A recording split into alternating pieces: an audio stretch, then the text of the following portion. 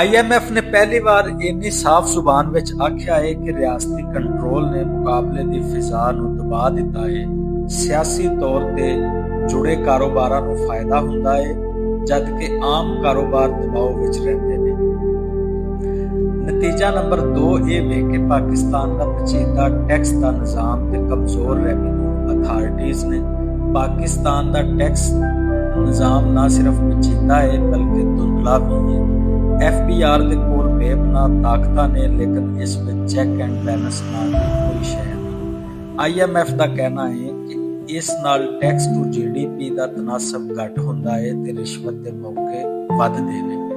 Doctor Maleeha Lodhi ਦੀ ਕਿਤਾਬ Pakistan search for stability, ਜਿਹੜੀ 2024 ਵਿੱਚ ਛਾਇਆ ਹੋਈ ਸੀ, ਉਹਦੇ ਵਿੱਚ ਵੀ ਪਾਕਿਸਤਾਨ ਦੇ ਹਵਾਲੇ ਨਾਲ ਜਿਹੜੇ ਮਸਲੇ ਦੱਸੇ ਗਏ ਨੇ, ਉਹਨਾਂ ਵਿੱਚੋਂ ਇੱਕ ਮਸਲਾ ਟੈਕਸ ਟੂ GDP ਦੇ ਤਨਾਸਬ ਦਾ ਘੱਟ ਹੋਣਾ ਦੱਸਿਆ ਗਿਆ ਹੈ।